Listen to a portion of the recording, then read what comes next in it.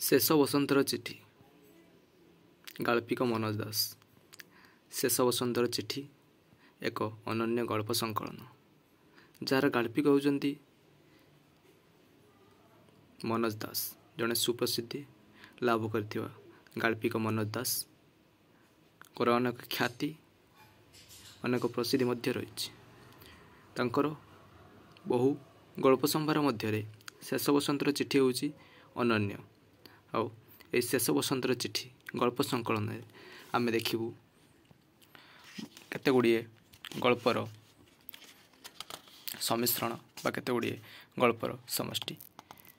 ଶେଷ ବସନ୍ତର ଚିଠି ଗଳ୍ପ ସଂକଳନରେ ଆମେ ପାଇବୁ ଏକ ଚରୀର ବୃତ୍ତାନ୍ତ ନାମକ ଗଳ୍ପ, ବିଲେଇ ଗଳ୍ପ, ଅନ୍ତରଙ୍ଗ ଦାନବ ଗଳ୍ପ, ସଉକ, ଦୂର ନିର୍ଜନ ସୁର, କୂଅ, ଝଡ଼ର ଗତିପଥେ, ଅତିକ୍ରାନ୍ତ, ନିଜନପୁରରେ କେତୋଟି ସନ୍ଧ୍ୟା, ତୃତୀୟ ପୁରୁଷ, ମର୍କଟ, ମନୁଷ୍ୟ ମର୍କଟ ସମ୍ବାଦ, ଅବଶିଷ୍ଟ ପୃଥିବୀ, ଚଳନ୍ତା କାହାଣୀ, ଅଦୃଷ୍ଟ ମୁହୂର୍ତ୍ତ, ଶେଷ ବସନ୍ତର ଚିଠି।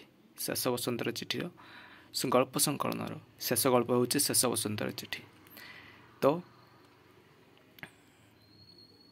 15ଟି ଗଳ୍ପକୁ ନେଇ ଏହି ଶେଷ ବସନ୍ତର ଚିଠି ଗଳ୍ପ ସଂକଳନ ପ୍ରକାଶ ପାଇଛି।